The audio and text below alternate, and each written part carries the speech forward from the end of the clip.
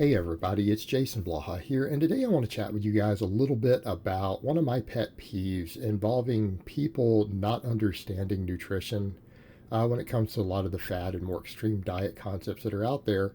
And I want to premise this: every time I make videos about nutrition, you always get some clown who comes in, or 10 of them, I'm not going to take diet advice from a fat guy. Let me explain how this works. We're talking about health. We're not talking about getting contest bodybuilder ripped. Okay, I don't run that sort of channel. I'm not interested in it. If you even promote men going under 10% body fat, you are anti-health and anti-fitness, and you probably need to shut up, because we're talking about health and fitness and athleticism, not killing yourself with starvation diets to get ripped. Okay, it's not healthy to do that, and therefore when we're discussing health and fitness, you shouldn't be promoted people getting ripped. Okay, it's stupid. The research shows it. Even the research on natural bodybuilders shows it. You are killing yourself if you're trying to get to 7% body fat. It's stupid. And you're stupid if you do it. So, back over to the point. Let's talk about actual health and nutrition.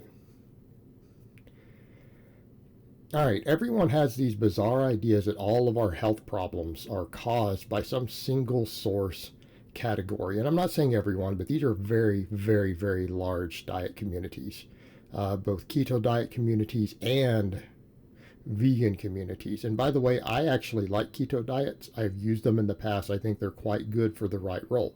They're not right for everyone. Okay, so I'm by no means anti-keto, but I am anti-keto stupidity. All right, what people need to look at, the health problems that we're talking about, barring personal intolerances, barring people with gastrointestinal issues and gut health issues, that's its own animal, and that is a big deal. But we're not talking about that. Those are all people with special dietary needs. We're talking about the general population, and that's the people who are getting fat and sick and dying. Heart disease is the #1 killer in the entire first world. Heart disease. Cancer being second. By the way, cancer has a very large lifestyle and exercise component.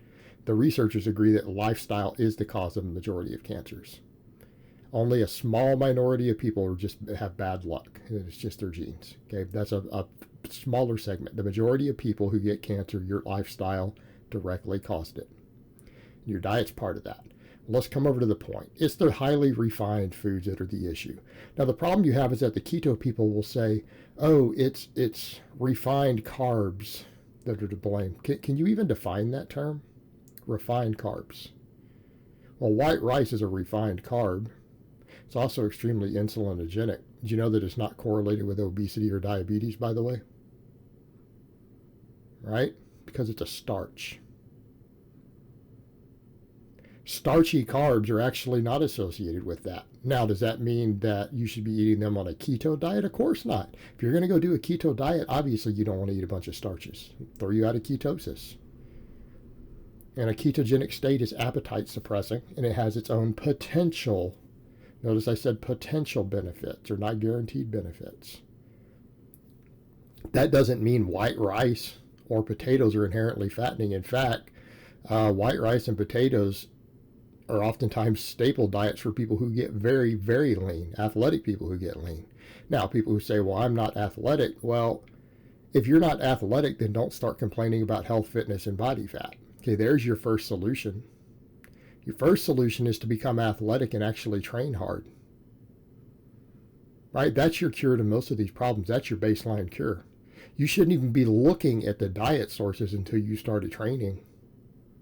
Till you are strength training and doing conditioning work and becoming strong and athletic, you shouldn't be worried about the diet component. That's the second most important factor in all of this. Your lifestyle, your training and athleticism is actually based upon my experience and my research. That combined with your calorie intake, those are the two biggest factors. That's more important than the actual makeup of your diet regarding your overall health and fitness. That's actually more important of the two. So you need to sort that first. And that's always been my position. Then we can talk about nutrition. But those foods are not associated with obesity. They're not associated with diabetes. They're not associated with heart disease in the research or in the anecdote. You're confusing refined sugars. And we need to be very, very clear. Let's step back And for those people say, well, what do we mean as refined sugars? Let's just not use a layman's terms. Let's use clinical terms. How about fructose? There you go. Fructose is the concern. Every single thing that the keto advocates blame on the loose term sugar or loose term carbs, loose term refined carbohydrates, they generally mean fructose. Where are we getting fructose from? From table sugar, which is called sucrose or high fructose corn syrup, right? Excessive amounts of fructose. That's your concern. That comes back over to refined foods. Those are all refined sugars. Because you're not getting enough fructose to hurt yourself by eating apples. Okay, it's not going to happen. Or you're not going to eat enough watermelon to consume a problematic amount of fructose. You're not going to eat enough cantaloupe to do that, even though those foods contain fructose. So we need to be very, very clear on that. Then we come over to the vegans. These morons. Jesus Christ. I mean, you talk about a group of people who are batshit insane with no grasp of nutrition, just destroying their health. Animal products are to blame for everything. Really? Because some of the longest lived populations on Earth eat animal products every day. They outlive vegans. Vegans aren't even a healthy demographic as a general rule. It's not the animal products that's the issue. In fact, I'm not saying animal products in excess combined with all these things aren't a problem. Look, if you're eating really fatty meat and combining that with refined sugars, oh, you bet, that's a recipe for disaster. Yeah, that's going to kill you. Well, statistically, you might beat the statistics and live to be 95. Does happen, doesn't it? But the exception doesn't confirm the rule. All right, vegans, it's not even the animal products. Let's be honest about what's really making people sick. It's a combination of refined sugars and refined oils. Okay? All the stuff the junk food vegans eat and are still healthy and out of shape and sick and dying. They're just now deficient in the animal benefits. They're deficient in B12 and not getting enough protein. So they're going to suffer muscle wasting and everything else. Sarcopenia as they get older. Bone density issues. Because yes, higher protein diets are associated with higher bone density, not the opposite. If they learn to read the literature, they would know this. I eat a very high protein animal diet, and the DEXA scans show that for me in my 40s, my bone density is almost off the charts. My bone density destroys the average 18-year-old athletes. In my 40s, I had a high protein diet. I don't have brittle bones because it's my total lifestyle. It's the high protein diet, which actually improves bone density, combined with extremely serious strength training. I'm throwing around 615 pounds here.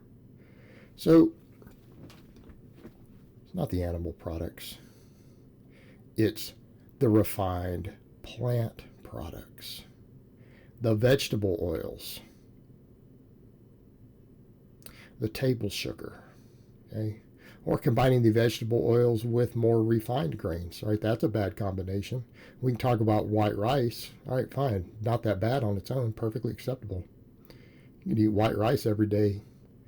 Every day is 50% of your calories, and if you're active and athletic, you'll still be healthy in your 80s. You won't get diabetes. Be very low chance. You'll get heart disease from it, not a problem. You start dumping a bunch of refined oils into it, though, and it becomes a different matter, doesn't it? Now, that's a bad combination. Right?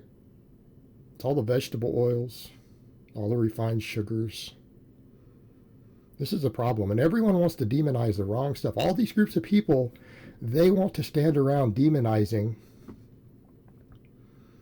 a category like animal products, or they want to categorize all carbohydrates. It's not your issues, guys. Let's look at what your real problems are. It's the highly refined foods. It's hyper palatable, calorically dense foods. This is our problem. In other words, no one is getting fat because they do a high-fat ketogenic diet. No one's getting fat by eating chicken and rice either, by the way. This is not what's causing people to become fat and sick. It's the French fries, where we're frying potatoes in vegetable oil while eating the double bacon cheeseburger with it, so that we're getting all this fat to go with it. Right there we go. Bunch of fat added with all this refined, extra greasy vegetable oil.